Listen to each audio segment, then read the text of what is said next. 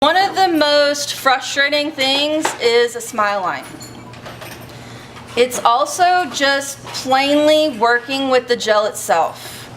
Especially if you are old school liquid and powder, you learned on liquid and powder, and gel was that newfangled weird stuff that kind of came out, and you're like, it's sticky, it's gooey, it's a mess, and you hate it. The first thing I want to touch with you on is working with the gel. So I'm going to scoop up some pink and just show you a couple of tricks. One of the things that you can do, the hardest thing to do is build an arch, right? We put the gel on and then we're trying to pull it up into the arch, and then the next thing we know we have a bunch of stupid little mountain peaks and we'd like to kick it and we hate gel, right? If you would load your product on one side of the brush, so see how I have all the pink gel on one side and the other side is essentially clean. When I set that down, I'm going to offset my brush so that my little blob of gel is going to be in the center of the nail and roll it off. What do I have right from the get-go? An arch. So all I have to do when I work with that is bring the brush in and just move the product out from the center to create the sides. So rolling it off like that establishes your arch right from the get-go. It gives you the bulk of the product right there in the center where you want it to be. The next thing, if you're not used to working with a gel, is using a really gentle touch. Think about liquid and powder as aerobics. You've got to get things in place right now because it's going to set up on you. You've got to get it done. You've got to be quick, and you've almost got to be a little aggressive, right? Gel does not like to be bossed around. Gel is yoga. You need to chill out, relax, make a gentle suggestion. Liquid and powder likes it a little down and dirty. You got to whip it into shape. Gel, you have to ask nicely. Would you mind moving over to the side a bit? Right? Liquid and powder, it's like, get over to the side.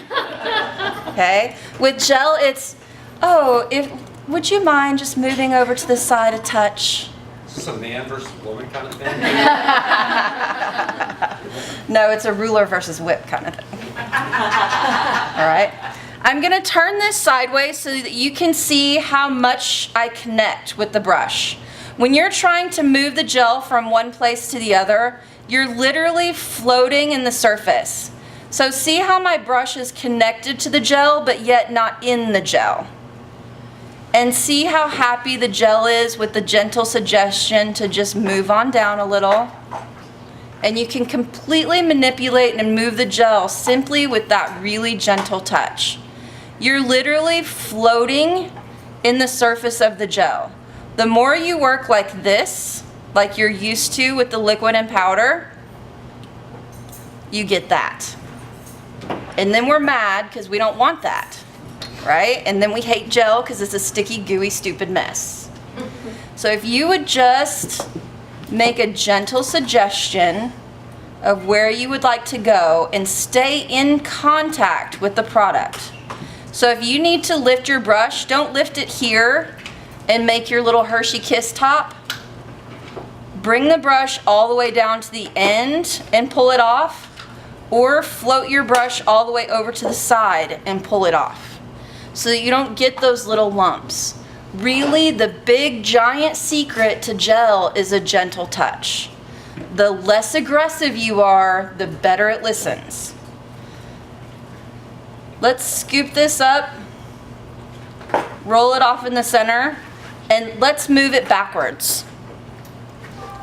If you will set your brush in the center of what you want to move it back and touch where you want to go, and just gently float back and forth between those two. See how that gel moved back? Same thing with going forward.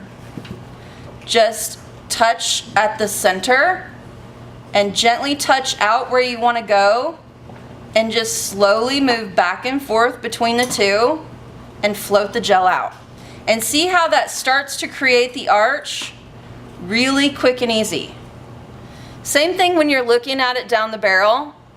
If you're looking at the nail down the barrel and it's a little bulky on one side, instead of coming back in at it straight and trying to press it over like you would with liquid and powder, take your brush and float the product over to the side.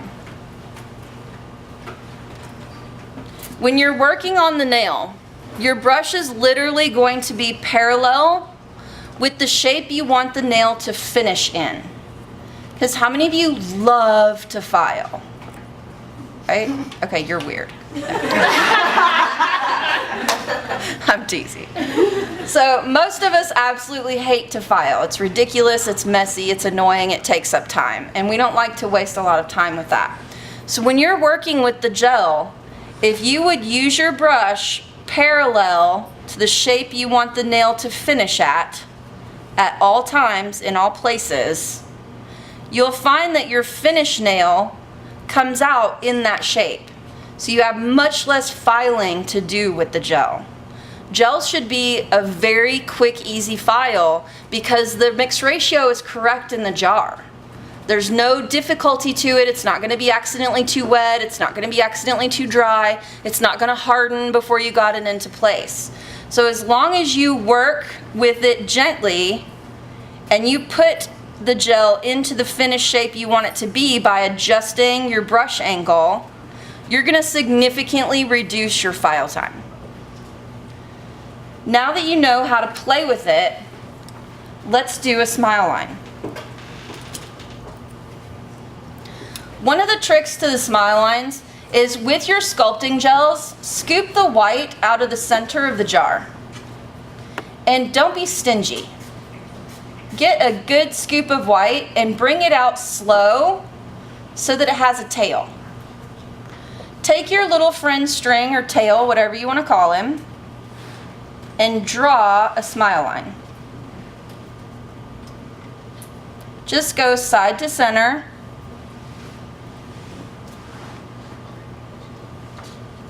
And that establishes where your smile line is going to be. Now I'm not trying to manipulate the product and figure out where the smile line should be at the same time. I've established it. All I have to do now is manipulate the product to match it. Set that white down and just really gently, almost massage it from side to side in very gentle presses. Notice that I'm not pressing hard enough that my brush is flexing.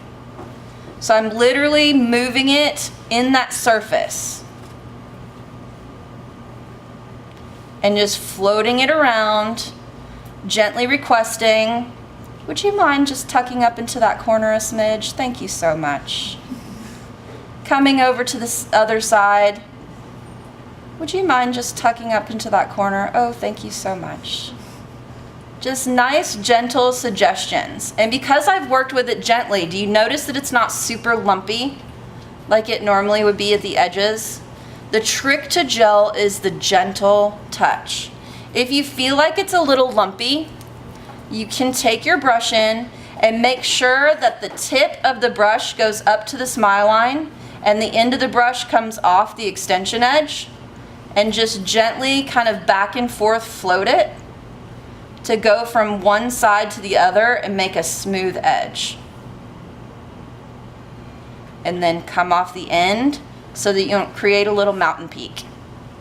One of the easiest ways to clean up the smile line is with a little bit of alcohol. I like something that is lint free so I'm not having to sit there and pick fuzzies. Notice I didn't put alcohol on the whole thing. The reasoning behind that is you want to wipe the brush through the alcohol to clean it off, and then wipe it in one of the dry spots so you're not drenching the nail with alcohol and potentially making the gel bubble because there's so much alcohol in your brush. And you can just come in there and gently just kind of work your brush into the smile line to clean it up. Same thing on the other side, clean it up, dry it off, and gently work into the smile line to clean it up. Once you have your smile line in place, because you're using your brush at the angle you want your nail to finish at, you're going to have that arch See how you can tell that it's already starting to go towards the arch and it tapers off the extension edge? Therefore, when I put the pink on, it's got that ledge to butt up against on the white. So I only have to lock the white into place for 10 seconds because the pink is going to come right up against it, and then I can fully cure the two at the same time. So then that saves me a little bit of cure time. I have one that already has a smile line cured. I'm going to scoop this pink off and use it.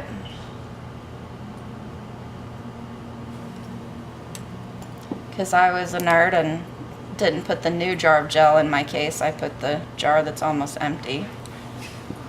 It's always uber smart, right? With the gel, instead of rolling it off right against the smile line, roll it off slightly behind the smile line so that you can come in with your brush and just barely tip it down towards the white and bring the pink forward. If you put the pink right up against the smile line, it's going to be much more difficult to get the angle correct without bringing some of the pink out over the white. When you bring that pink out of the white, inevitably you always end up with a slightly gray line.